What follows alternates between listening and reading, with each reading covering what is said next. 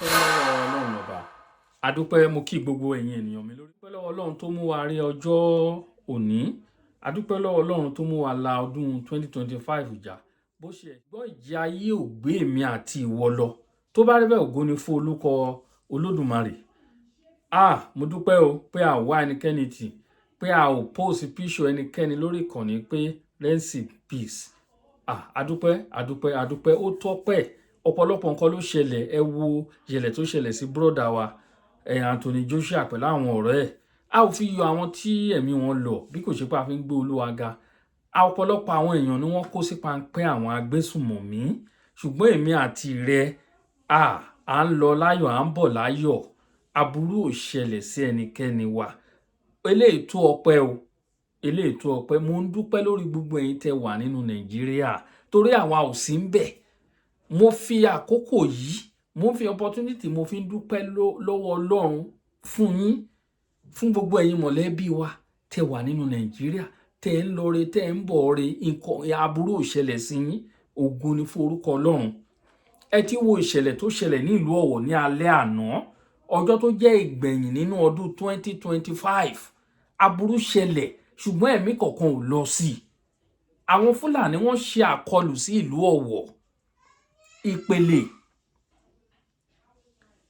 ìjẹ́jẹ́ mọ̀ wípé few days nínú ọ̀sẹ̀ tá a lò nínú ọ̀sẹ̀ yìí náà kọ́ ni àwọn agbésùnmọ̀mí tí wọ́n sá kúrò ní Sókótó wọ́n sá wá sí ìlú wọ́n mú wọn ní Ọ̀wọ̀ àwọn 39 ni wọ́n mú ní ìlú Ọ̀wọ̀ ẹ ti wo ohun tó ṣẹlẹ̀ lẹ́yìn ìgbà tó mú wọn àwọn tó kù wọn ti lọ gbáradì wọ́n ti wá ṣe àkọlù ẹ wò ó ìbá tiẹ̀ dá káàjọ fojú ara wa káàrí ohun tó ṣẹlẹ̀ fún details ohun tó ṣẹlẹ̀ ní ìlú Ọ̀wọ̀ torí pé a ti rí fọ́nrán ẹ̀ nǹkan tí èmi gan dúró dè ní eléyìí kí tó gbóhùn sáfẹ́fẹ́ lórí àkọlù yìí ẹ jẹ́ ká wo ohun tó ṣẹlẹ̀ ní ìlú Ọ̀wọ̀ bó ṣe lọ ẹ jẹ́ ká. My name still remain the same, Olorunfunmola Dotun. We were not happy about what happened last night, which is 31st of December 2025. Ipele was under attack by gunmen. As you can see, they came to the station, they attacked the station, and they blast everywhere. Can you see?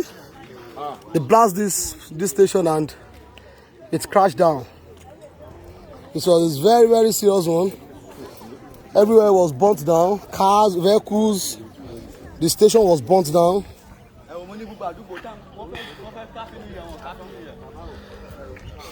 It was a serious issue last night. Everybody was running up and down, here and scatter. Nobody was able to sleep. Well, we thank God.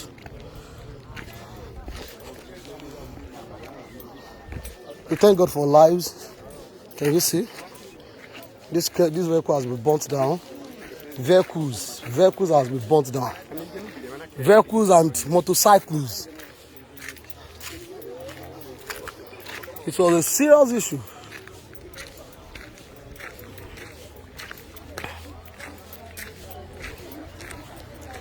Can you see motorcycles? Can you see motorcycles? Can you see? This is Ipele or Ondo State. Nobody was able to sleep. Nobody.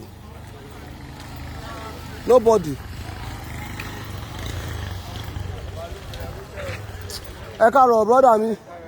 Ẹ sir. Nobody was unable to sleep. It was a serious one. Can you see people? People are just coming out now this morning because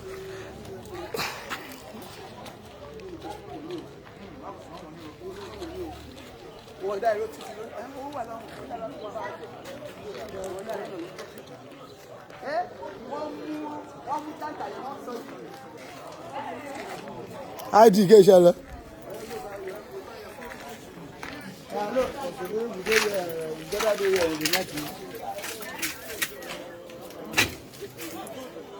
So this our police station was built then by late High Chief, was dedicated by late High Chief S.A. Dairo. So it was Dairo's family that built this station for Ipele then. So and now the on men, they came last night. That is on 31st of December 2025. It was a very critical one. We were hearing gun shooting and something like dynamite, whether it's bomb or dynamite, as you can see, dynamite. They burnt vehicles, burnt motorcycles, and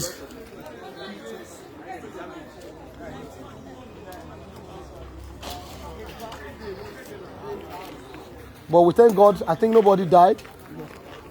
Nobody died. So we thank God for lives. Nobody died. Nobody died. Let me go to the back of the station so that you can all see.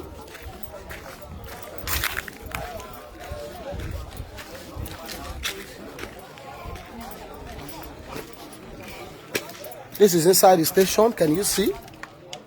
Everywhere got scattered. Ah, Jesus. Everywhere got scattered.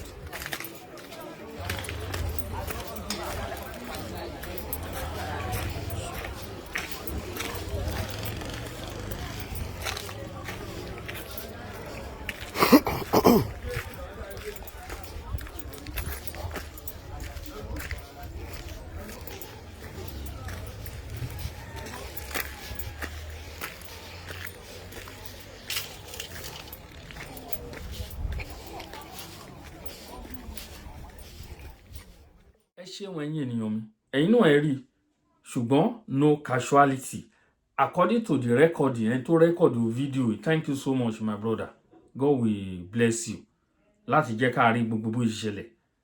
Wọ́n lọ target police station yẹn, ẹ wo ohun tí wọ́n yìn síbẹ̀, ṣé ìbọn lélẹ̀? Ó ti yé wa ohun tí wọ́n lò tí wọ́n fi bọ́ǹbù ṣọ́ọ̀ṣì ní Ọ̀wọ̀ ní last time tí wọ́n lò sí ṣọ́ọ̀ṣì yẹn tó pa a lot of people òun náà ni wọ́n ti lò. Ṣùgbọ́n báwo ló ṣe inú police station ṣé kò sí èèyàn ń bẹ̀ ni? Kò sí anybody tí wọ́n arrest tó wà nínú túbú, kò sí àwọn ọlọ́pàá tó ń ṣe night. Báwo ló ṣe ṣẹlẹ̀? Báwo ni ó ṣe ṣẹlẹ̀ tó jẹ́ pé kò sẹ́ni tí a rí tí nǹkan kan ṣe lára? A ò gbọ́ torí kò sí bí èèyàn bá wà nínú bíbà yìí mi rò pé ẹni náà lè yé o. Tí èèyàn bá wà nínú police station yìí nígbà tí ìṣẹ̀lẹ̀ yìí ṣẹ̀ mi ò rò pé ẹni náà lè yé. Mi ò rò pé ẹni náà lè yé pẹ̀lú nǹkan tí a rí yìí o. Ẹ wo bọ́n ṣe jó mọ́tò, ẹ wo bọ́n ṣe jó àwọn ọ̀kadà bí àwọn ọ̀kadà tán ti gbà lọ́wọ́ àwọn èèyàn wọn torí ẹ wo bọ́kadà ṣe pọ̀ síbẹ̀ yẹn. Wọ́n dẹ̀ àwọn agbésùnmọ̀mí yìí dẹ̀ dáná sun gbogbo ẹ̀. Wọ́n make sure pé àwọn ṣe happy new year sí ilẹ̀ Yorùbá bó ṣe lè wù kó kéré kó mọ láwọn agbésùnmọ̀mí. Wọ́n ní bó ṣe lè wù kó kéré kó wọ́n láwọn á ṣe happy new year sílẹ̀ Yorùbá. Ẹ wo nǹkan tó ti ń ṣẹlẹ̀ ní ìlú Ọ̀wọ̀ pẹ̀lú gbogbo bí àwọn Àmọ̀tẹ́kùn Ondo State ti ń ṣiṣẹ́ takuntakun. Kábíyèsí Elédùmarè. Torí tó bá ń sọ̀rọ̀ nípa Àmọ̀tẹ́kùn ní South West, Àmọ̀tẹ́kùn Ondo State #1 ni wọ́n o. Kì í ṣe àhesọ ọ̀rọ̀. Eléyìí kì í dẹ̀ ń ṣe àsọdùn ọ̀rọ̀. Kì í ṣe àsọdùn ọ̀rọ̀. Àmọ̀tẹ́kùn Ondo State. Ẹ wò téèyàn bá ń ṣe dáadáa ẹ jẹ́ ká wí o. Wọ́n ń gbìyànjú. Wọ́n ń gbìyànjú ṣùgbọ́n kò tó o. Ẹ bá wa jáwé sóbì o. À ń yìn yín o. À ń yìn yín o. Ẹ bá wa jáwé sóbì. Ẹ múra síṣẹ́ sí i. Ibo làwọn aráabí ń gbà wọnú ilé wa? Báwo náà ṣe ń rìn? Ibo ṣé wọ́n ń dọ̀fẹ́ ni?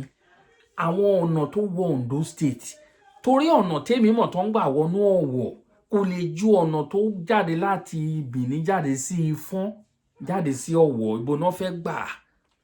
Ibo náà fẹ́ gbà? Bó wọ́n gba Tìkàrẹ́ jáde sí Ọ̀bà jáde sí Ọ̀wọ̀ ni ibo náà gbà? Báwo náà ṣe ń rìn? Kò yé wa.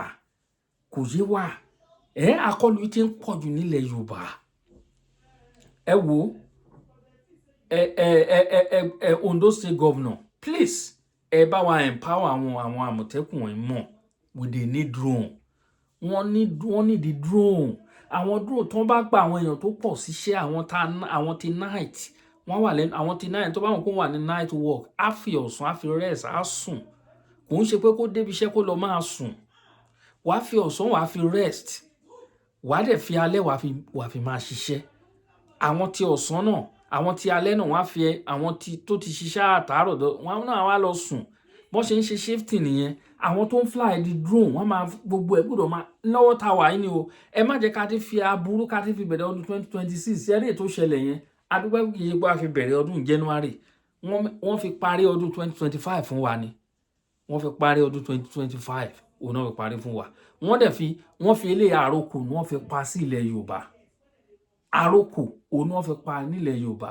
Mi rò pé fọ́nrán yìí ti jáde lálàá nígbà tá a wà lórí program ní Yorùbá World Media.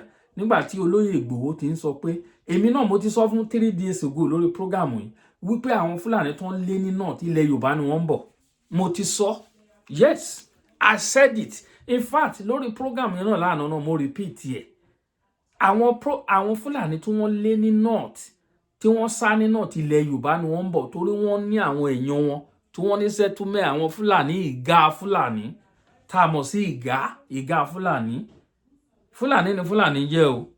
Àwọn Fúlàní máa ń try láti clarify ara wọn pé Fúlàní dàbí ilẹ̀ Yorùbá náà ní bá ṣe ní Ìjẹ̀bú, ta ní Oǹdó, ta ní Ọ̀yọ́, gbogbo wọn pé bẹ́ẹ̀ náà ni Fúlàní ṣe wà. Bẹ́ẹ̀ náà ni àwa ọmọ Yorùbá ṣe bí bẹ́ẹ̀ náà ni. Yorùbá náà ni gbogbo wa bí Fúlàní náà ṣe rí náà nìyẹn. Mi ò lè rọ́mọ Yorùbá kan bì kan sìn kí wọ́n máa sọ pé ọmọ ìlú wo nìyẹn. Yorùbá tó jẹ́ tó ti sọ èdè yẹn Yorùbá náà nìyẹn. Bó ṣe rí nìyẹn. Ẹ wo àbúrò ní ṣẹlẹ̀ sí wa o. Àbúrò ní ṣẹlẹ̀ sí wa. Ẹ wo bọ́n ṣe bà police station jẹ́. Odidi àgọ́ ọlọ́pàá. This can only happen in Nigeria. This kind of things can only happen in Nigeria. Ẹ lọ àwọn ìlú tó wà lókè, àwọn ìlú òyìnbó, ẹnìkan á lórí láyà wà ló ṣàkọlù sí police station. Even security of supermarket wọn bí ẹ tó bẹ́ẹ̀ kó ṣe wérewère sí. Ẹ̀yin á rí nǹkan tójú ẹ̀ àrí. Ẹ wo ẹ̀yin olólùfẹ́ wa, mo kí wa a kú àṣekù ọdún, àṣeyísàmọ́dún, àṣàmọ́dún sèmí.